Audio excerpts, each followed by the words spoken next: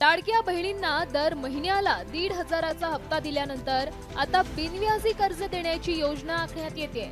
या योजनेचा लाभ घेणाऱ्या महिलांना चक्क 0% व्याज दरानं 1,00,000 रुपयांपर्यंतचं कर्ज उपलब्ध करून देण्यात येणार आहे। यासाठी मुंबई बँक प्रयत्न करणार असल्याचं मुंबई बँकेचे अध्यक्ष प्रवीण दरेकर यांनी सांगितलंय। ज्या लाडक्या बहिणींना 1,500 रुपये मिळतात, ज्यांचं अकाउंट मुंबई बँकेमध्ये आहे, त्यांच्याकरिता उद्योग व्यवसाय जर त्या करायला पुढे येत असतील तर 1,00,000पर्यंत त्या ठिकाणी त्यांना कुठलंही तारण न घेता तात्काळ कर्ज देण्याची योजना आहे। मुख्यमंत्र्यांच्या उपस्थितीत 4ही महामंडळांचे संचालक आणि संबंधित खात्याच्या सचिवांची बैठक झाली।